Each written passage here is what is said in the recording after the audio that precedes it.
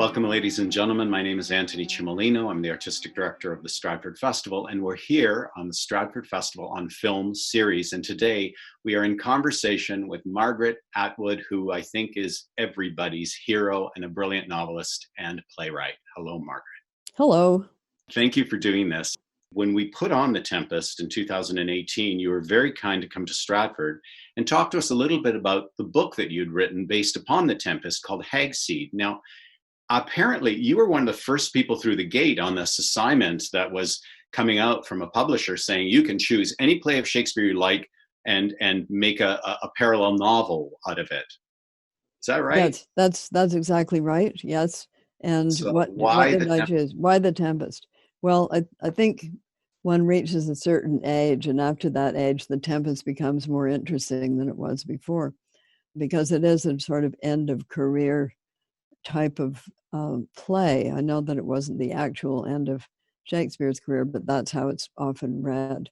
And it's also the play in which Shakespeare comes the closest to writing a play about what he himself actually did, because Prospero is the producer director of the play within the play called The Tempest.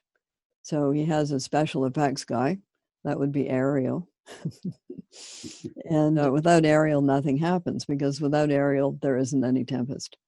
So Ariel gets his orders and does the special effects, but it's Prospero directing. And like directors, he's invisible.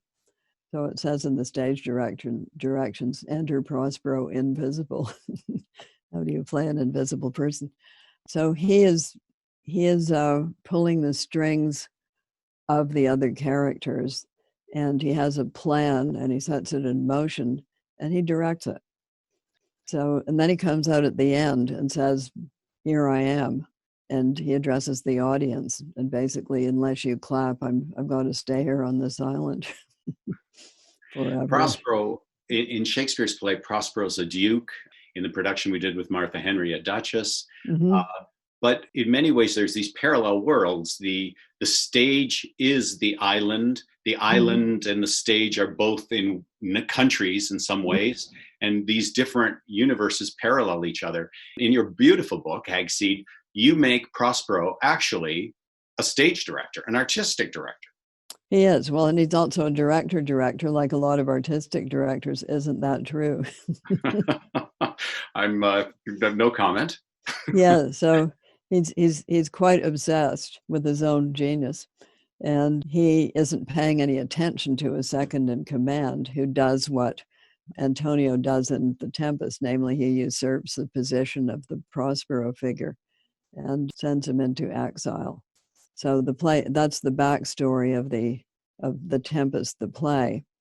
And the backstory of the Hag-Seed is that this is what has happened to the Prospero figure, who is called Felix.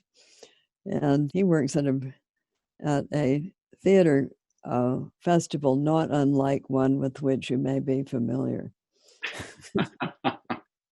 In southwestern Ontario. Yes. In a town not unlike the one with which you are also familiar. So I have added a few pubs and things that don't exist, but they're like the pubs that do exist. Yeah, so it was a lot of fun. I had to solve the problem of Miranda. So if you're making Prospero into a modern day story, what do you do about Miranda?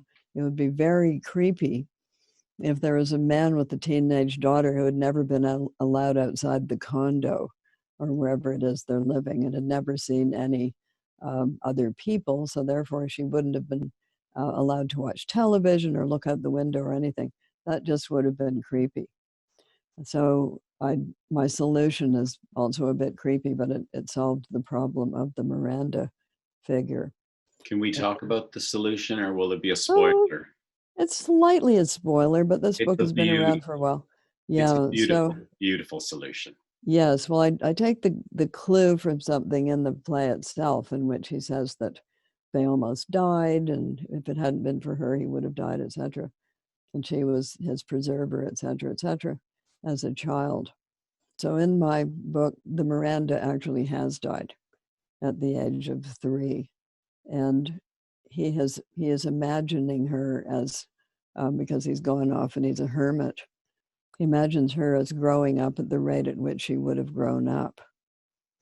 So she is in the play, but not in the, she's in my book, but not in the same way that she's actually in the play. So then he decides to put on them his Tempest play at the job that he's acquired, which is as a theater in prisons teacher. And the coda to that is that after I published this book, I got a message from somebody who actually does teach theater in prisons. And this person said, we want to take your book, we want to turn it into a play about a person putting on a play in a prison, and we want to put it on in our prison. And they're doing it in St. Louis, Missouri. So they're doing a play of a book about a play. And in the book, the play is being put on in a prison. And in real life, they're putting this play about my book. They're putting it on in a prison. Well, that's a box within a box within a box within a box within a box. Series of mirrors and reflections, and it's a beautiful kind of review of what Shakespeare can mean to people in prisons. And having spoken to different colleagues who run programs like that, the people involved in it take it very seriously. They're very proud of it. Even if they're having to play a female character, they own it. Yeah, it depends which female character. So Lady Macbeth, no problem. I did think we might have a problem with Miranda. So Prospero brings in an outside actress. And I said to the guy putting on the one in the prison, what are you going to do about the Miranda? He said, we're bringing in an outside actress, well, just as you do in the book. I felt that was a great idea, because then it gave us a modern Miranda. Exactly. And so we had both. She is a tomboy. She's pretty tough physically. And that log carrying scene is usually, how do you play that when she helps him pick up the logs? Well, actually, she's quite a tough little nut. She's been running around all over this island, likely in her bare feet. The play has so much to say about empowering women with the three goddesses that come in the mask. Yes, they do. Yes, they do. And Martha Henry, when she was speaking to us about this, said that as the run went on, she felt like Shakespeare was actually talking to the actor, not just the character of Prospero, and revealing how much of it was done for Miranda. That was more than... Oh, yeah. Prospero says that. He says that he's doing it all for her. So to get back for her what he feels she ought to have. I did a little piece for a food magazine about what they were actually eating on that island. And when you lay it all out, you can see why they would want to get back to Milan. It's very good. Yeah, I think we're all going through that now, aren't we? It's how much sourdough can you eat? In a very mild way. I suppose you're right. Prospero says that, he prized his books above his kingdom. And in reading and we can get sentimental about that, especially those of us who love books and think, who cares about governance? Who cares about governments? And yet we see in the world we live in today what happens when the people who perhaps should be governing abdicate and allow others to take over. Yep. There's no question that it's Prospero's fault. He wasn't paying attention.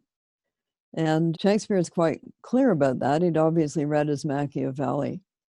And the duty of a prince is to govern properly, to pay attention to the welfare of his people, to make the decisions that are going to be helpful to his state. And Prospero has kind of blown that off and deputized way too much. So he gave his brother all the power, and then the brother came to feel that it was therefore his by right. And you capture the sense of those politicians, in modern day beautifully. Like they have this ability to make whatever deal needs to be made in order to maintain their position or get up a rung. Yeah. So I'm wondering, in the face of that and the revenge plot that's there, Lear says the rarer action is in virtue than in vengeance. And it's so interesting. He says the rarer action, not the better action. Better is implied, but the fact is we don't do that very often. In this case, Prospero does relent. He does. And guess who makes him do it? The space alien. Yes. So there was a problem with Ariel in a prison context. Nobody wanted to play a fairy. But if you make him an alien from outer space, it all makes sense. Well, it is like probably the first example of science fiction in some ways. Oh, if you squint really hard, sure. Well, because So I say that science fiction came out of among its sources were a lot of folk tales, as they were for Shakespeare. So but to have this non-human reflecting us is such an interesting conceit. Yes, it's quite wonderful, and it's one of the best moments in the play, as far as I'm concerned. So Ariel says, "Look at how these people are suffering. If I were human, I would shed tears." So that makes Prospero think, well, if even you, who are just sort of an airy nothing, feel that way, how much more should I feel that way? So I will be a good person. Now, it may be that he's getting himself into a Timon of Athens corner by being too generous. We don't go on to examine that. The brother never says he's sorry. The brother never admits that what he did was wrong, and Prospero is going to get back on a boat with him. Not only that, he's broken his staff and thrown away his book, so he doesn't have supernatural help anymore. I wouldn't have done that if I were him. Well, you get the sense that he's going in with his eyes open. He not only needs to forgive others, but he realizes he needs to be forgiven. Why do you think he asks the audience for forgiveness at the end? Well, that's a very interesting question. It's where I started when I began to write Hag-Seed. So I started at the end of the play and I worked my way backwards. And that's how I ended up with prison, because everybody in that play is in prison at one time or another. Even Miranda, although she doesn't know it. So you have a series of prisons, and the final prison is the play itself. Because the Prospero figure says, unless I am pardoned for my faults, I will be stuck in this prison, which is the play. Yes, I won't be able to get out of it. Right. So it's again boxes within boxes all the way back to the beginning of the play. And I have Prospero, the Prospero figure Felix, ask his students to count the number of prisons. They get 8 of them. There's actually 9. That's wonderful. That's wonderful, as you could now look through this play to realize how many boxes, how many traps. Yeah, yes. They come up with the idea that possibly Caliban is Prospero's child. So when he says this thing of darkness, I acknowledge mine, what exactly is he saying? And who was Caliban's dad? We know who the mom was, but who was the dad? And you've got Sycorax and Prospero. They do exactly the same kinds of things. Absolutely, you're right. They're both sorcerers, sorceress, sorcerer. They are, and they both imprison Ariel. So maybe there is something more going on than we know about. Look, on that thought, we should wrap up this discussion. We are so fortunate to have you here in so many ways.